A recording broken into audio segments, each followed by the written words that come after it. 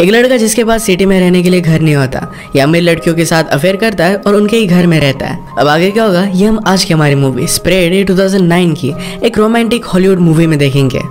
अगर आपको एक्सप्लेनेशन अच्छा लगता है तो प्लीज़ इसे लाइक और कमेंट जरूर कर दीजिएगा। अब बिना किसी देरी के एक्सप्लेनेशन स्टार्ट करते हैं। मूवी स्टार्ट होती है और हम हमारे मेन कैरेक्टर निकी से इंट्रोड्यूस होते हैं। निकी हमसे कहता है, मुझे बचपन से ही पता चल गया था कि मैं बहुत ही स्मार्ट हूँ। मेरी मदर की फ्रेंड्स को मैं बहुत ही अच्छा लगता था।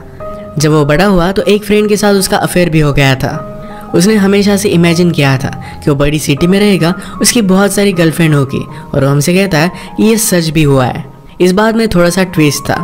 उसके पास खुद की रहने की जगह नहीं थी तो अमीर लड़कियों को ढूंढता रहता था, उन्हीं के साथ तो रहता था। ऐसे ही एक रात उसे हम क्लब में देखते हैं। क्लब की बहुत सारी लड़कियों को ऑलरेडी जानता है क्योंकि उनके साथ उसका अफेयर रह चुका है।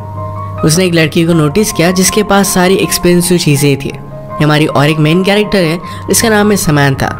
समंथा को पार्टी से ज़्यादा देख उसके पीछे पीछे चलने लगता है। उसने उसका नाम पूछा, कहता है तुम इतनी जल्दी यहाँ से जा क्यों रही हो, मैं तुम्हें तुम्हारे घर छोड़ सकता हूँ। समंथा उसे ज़्यादा भाव दे नहीं रही थी। उसने कहा कि तुम बहुत क्यूट हो पर मैं तुम्हें घर पर नहीं लेकर जाऊँगी। निकी पूछता है कि क्या तुम्हारी शादी हो गई है। समंथा ने ना कहा। वो फिर पूछता है कि क्या तुम किसी से प्यार करती हो। वो फिर से मना करती है। वो क्लियर करती है कि मैं तुम्हें जानती भी नहीं। ये बात सुनने के बाद निकी उसके पास आ गया। ये दोनों एक दूसरे को किस करते हैं। निकी फिर उसके साथ उसके घर पर आ जाता है। वो हमसे कहता है कि लड़कियों के सामने तुम बहुत ही स्टूपिड सी चीज़ें करो तो उन्हें सेफ लगेगा। उसके पास लड़कियों को हैंडल करने के इस तरीके के बहुत सारे रूल्स थे। इसमें वो सक्सेस होता है और आज रात दोनों इंटीमेट हो गए। सुबह होने पर समंथा निकी को उठाने की कोशिश करती है पर निकी उठता नहीं। ये भी उसकी एक ट्रिक थी ताकि वो यहाँ पर रह सके। उसने सिर्फ उसे थोड़ी सी स्माइल दी। समंथा अपना कार्ड छोड़कर गई थी तो उसने उसके लिए फूल मंगवाए। उसे उतना अच्छा कुकिंग करना आता नहीं पर फिर भी समंथा के लिए वो कुक करता है क्योंकि उसे पता है कि लड़कियों को एफर्ट करने वाले लड़के बहुत अच्छे लगते हैं। समंथा के रात पर घर पर आने पर उसे बहुत ही स्पेशल फील कराता है।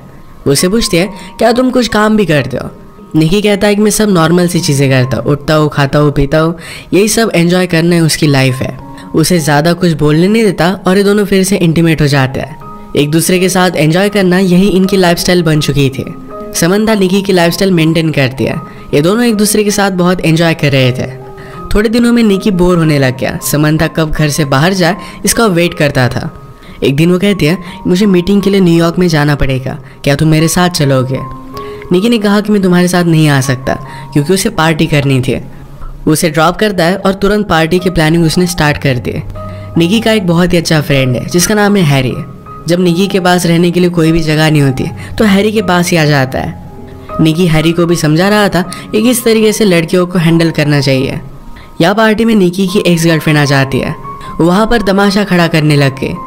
निकी हैरी से कहता है कि जल्दी से इसे घर पर लेकर जाओ वरना मेरी सच्चाई सबको पता चल जाएगी। पार्टी की सब लड़कियों को बता रहा था कि वो बहुत ही बड़ा मिलीनियर है। एक लड़की ने उसे अप्रोच किया और हाउस की टूर के लिए पूछा। टूर देते हुए फाइनली वो बेडरूम तक आ जाता है और दोनों फिर इंटीमेट हो गए। रात में फिर से हैरी और निकी दोनों हैंग आउट कर रहे थे। हैरी कहता है कि तुम्हारी एक्स गर्लफ्रेंड पूछ रही थी कि क्या उसके जाने पर भी तुमने ऐसे ही पार्टी की थी। निकी ने कहा कि क्या तुमने उसे सच बताया। हैरी कहता है कि मेरे पास चॉइस भी नहीं थी। ये सब करते हुए निकी को थोड़ा सा भी बुरा नहीं लगता। वो लड़कियों के फीलिंग्स के बारे में ज़्यादा सोचता नहीं। पार्टी की सब चीज़ें मेड को क्लीन करनी पड़ी और इसी वजह से समंथा को सब कुछ पता चल जाता है। उसने कॉल कर निकी को बताया कि किस दिन वो वापस आने वाली है। निकी आज बहुत सारी लड़कियों को कॉल कर रहा था तो हमसे कहता है कि अगर मैं किसी भी लड़की को कॉल ना करूँ तो मेरा गेम खराब हो जाएगा। उसे हमेशा प्रैक्टिस करनी पड़ती है। ऐसे ही अपनी एक पुरानी फ्रेंड को घर पर बुला लेता है। फ्रेंड पूछती है कि तुम अब किसको फंसा रहे हो। ये दोनों एक दूसरे को बहुत टाइम से जानते थे। वो निकी को पूरी तरह पहचानती थी। उसने कहा कि तुम अगर ऐसे ही करते रहे तो 10 साल में तुम्हारा हाल बहुत ही बुरा होगा। ये सब करने से तुम्हें कोई भी खुशी नहीं मिलती। हम दोनों के बीच में जो भी था ये बहुत ही अच्छा था। उसे निकी के लिए फीलिंग्स थे। उससे कमिटमेंट चाहती थी पर निकी इस बात को थोड़ा सा भी सीरियसली लेता नहीं। ये दोनों फिर इंटीमेट हो गए। वो उससे पूछती है कि क्या हम हमारी रिलेशनशिप को और एक चांस दे सकते हैं। निकी उसे कोई भी जवाब नहीं देता। उस लड़की ने आज रियलाइज़ किया था कि निकी एक्चुअल में उसके लिए कोई भी केयर नहीं करता। समंथा निकी को रंगे हाथ पकड़ने के लिए एक दिन जल्दी आ जाती है।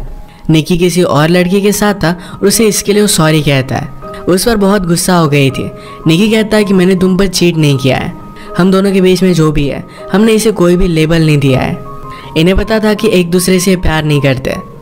झगड़े में डिसाइड करते हैं कि फ्रेंड्स विद बेनिफिट्स रहेंगे। फिर से दोनों अपना अफेयर कंटिन्यू करते हैं।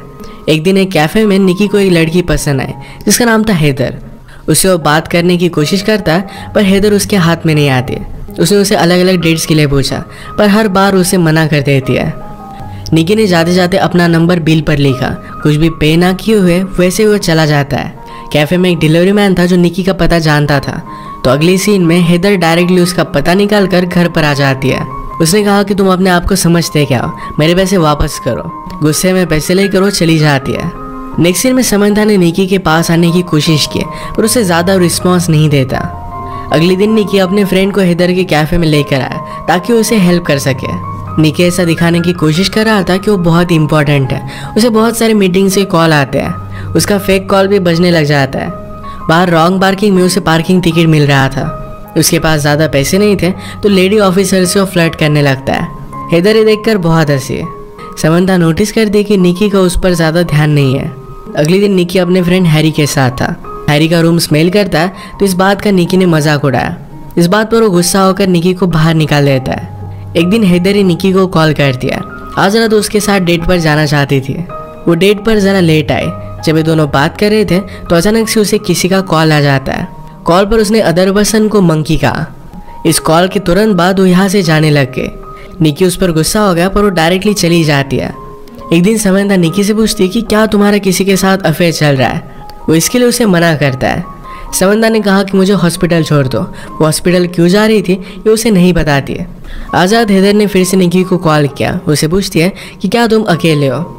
इसके तुरंत बाद वो डायरेक्टली उसके स्विमिंग पूल में थी। निकी ने कहा कि तुमने उस दिन बहुत ही अजीब किया था और ये मंकी कौन है। हैदर ने कहा कि मैं मेरे छोटे ब्रदर को मंकी बुलाती हूँ। वो एबनॉर्मल है तो उसी की केयर लेने के लिए मैं गई हुई थी। ये बात कहकर हैदर रोने लगे। निकी को उसके लिए बुरा लगता है। इसके बाद ये दोनों इंटीमेट हो जाते हैं। एक दूसरे के बारे में बहुत सारी चीज़ें जान लेते हैं। सुबह होने पर स्ट्रीट की क्लीनिंग चल रही थी। हैदर सोई हुई थी तो उसकी गाड़ी निकी को मूव करनी पड़ती है। निकी ने रियलाइज़ किया कि हैदर के पास बहुत ही एक्सपेंसिव कार है।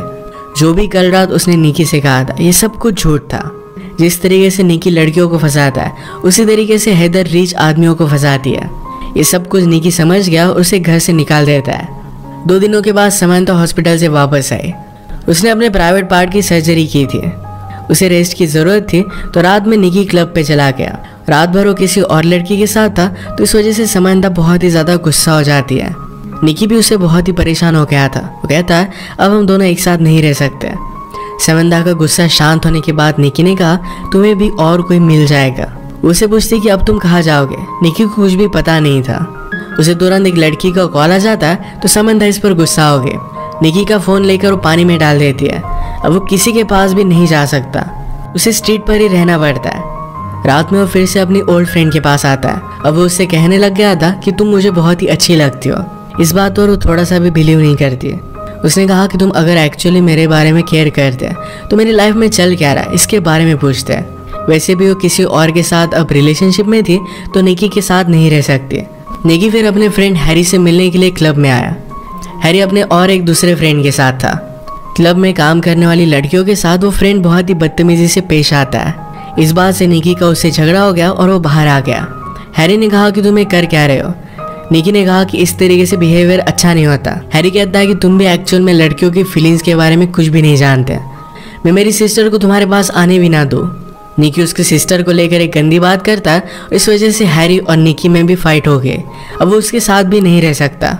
उसने और एक क्लब में जाने का ट्राई किया पर ये प्राइवेट पार्टी थी तो इस वजह से वो जा नहीं पाता।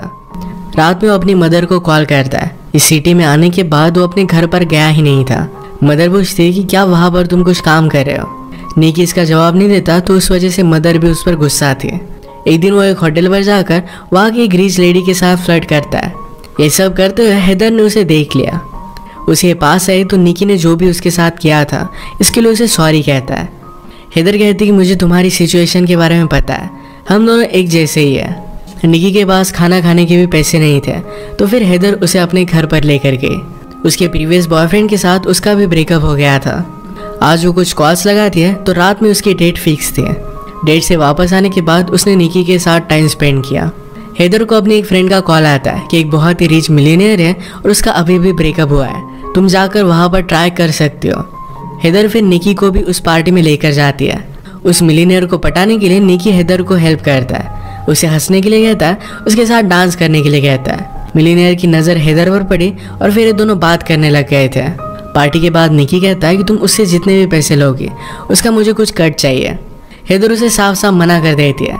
रात में उसने काउच पर सोने के लिए कहा। थोड़ी देर में निकी उसके पास आ गया। वो कहता है कि हम दोनों एडल्ट्स हैं, एक दूसरे पर कंट्रोल तो कर ही सकते हैं। स्लोली उसके पास आ जाता है और फ्लर्ट करने लग गया। इसके बाद दोनों इंटीमेट हो गए। एक दूसरे के साथ जब भी होते हैं तो बहुत ही ऑनेस्ट होते हैं। एक रात डिनर करते हुए निकी को एक लड़की ने पहचान लिया, उसके साथ बहुत ही बुरा बर्ताव कर दिया। ये बात हेदर को उतनी अच्छी नहीं लगी। वो निकी के सारे हालात समझ लेती है। ये दोनों फिर एक दूसरे के साथ बहुत सारा टाइम स्पेंड करने लग गए थे। हेदर का किसी और आदमी के साथ बाहर जाना निकी को अच्छा नहीं लगता। एक दिन हेदर को अपने एक बॉयफ्रेंड से इन्वॉल्व मिला जिसमें उसे शादी के लिए पूछा गया था। इसके बारे में वो निकी से कहती है, उसने कहा कि मैंने अभी अभी उससे ब्रेकअप किया है। निकी इस बात से सरप्राइज था क्योंकि इस बॉयफ्रेंड के बारे में उसे कुछ भी पता नहीं था। वो कहती कि वो बहुत ही ज़्यादा अमीर है। निकी पूछता है, तुमने फिर उसके ब्रेकअप क्यों किया? समंता ने कहा, क्योंकि मैं तुमसे बहुत ही प्यार करती हूँ। अब इस सिचुएशन में क्या किया जाए? इसका निकी के पास कोई भी प्लान नहीं था, तो यहाँ से वो चला जाता है। घर आने के बाद उसे पता चला कि समंता न्यूयॉर्क जा रही है। उसे रोकने की कोशिश करता है पर वो जा चुकी थी। अगले दिन ग्रोसरी लेते हुए उसे अपनी एक फ्रेंड मिली जो बहुत ही ड्रंक थी। उसे इस हालत में ड्राइव करने नहीं दे सकता था, तो उसे घर छोड़ने के लिए आ जाता है। इसी मोमेंट पर उसे समंता का कॉल आया। वो कहता है कि प्लीज़ घर पर वापस आ जाओ, मैं कुछ जॉब्स वगैरह कर लूँगा और हम कुछ ना कुछ तो फिगर आउट कर ही लेंगे। समंता ने उस लड़की की आवाज़ फ़ोन पर सुनी और वो गुस्से में फ़ोन रख देती है। निकी को कुछ भी समझ में नहीं आ रहा था कि अब उसे करना क्या चाहिए। उसने हेदर की रूममेट से बात की। उसे एडवाइस करती है कि अब तुम्हें कमिटमेंट दिखानी चाहिए, तुम उसके लिए रिंग वगैरह लेकर जाओ, शादी के लिए उसे प्रपोज करो। निकी को भी आइडिया बहुत ही अच्छा लगता है। वो अपने फ्रेंड हैरी की मदद लेकर एक रिंग बाय करता है। न्यूयॉर्क पहुंचने पर वो देखता है कि हेदर अब एक बहुत ही बड़े हाउस में रह रही थी। उसने उसे समझाया कि ये जो सब चीज़ें तुम कर रही हो इसमें से कोई भी रियल नहीं है, तुम उसके साथ कुछ रह नहीं पाओगी। समंता कहती कि हमारे पास कुछ भी पैसे नहीं है, तुम सिर्फ वादे करते हो और उसके बाद तुम कुछ एक्शन नहीं लेते। इसी बात से वो बहुत ही ज़्यादा डरती है। उसने उसे यह भी बताया कि अब मेरी शादी हो गई है। निकी कहता है कि तुम उससे डिवोर्स ले सकती हो। समंता ने उसे क्लियर किया कि ये सब चीज़ें वो खुद चाहती है, उससे डिवोर्स नहीं ले सकती है। उसका हस्बैंड घर आता है तो समंता ने कहा कि इस डिलीवरी बॉय को उसकी टिप दे दो। इस सब से निकी का हार्ट ब्रेक हो गया। वो अब डिसाइड करता है कि ऑनेस्टी से अपनी ज़िंदगी बिताएगा। एक्चुअल में डिलीवरी बॉय का काम उसने ले लिया था। एक दिन वो समंता के घर पर भी डिलीवरी देने के लिए आया। ये एक दूसरे को ख्याल रखने के लिए कहते हैं। निकी हमसे कहता है, इस सिटी में सबने लेकर मेरे जैसे बहुत सारे लड़के आते रहते हैं। कुछ दिनों के बाद वो वापस चले जाते हैं, पर मैं यहाँ से जाने वाला नहीं। यहाँ रहकर वो ऑनेस्टली फाइट करेगा। रियल प्यार को ढूंढने के लिए होपफुल था। और इसी के साथ ये मूवी एंड होती है।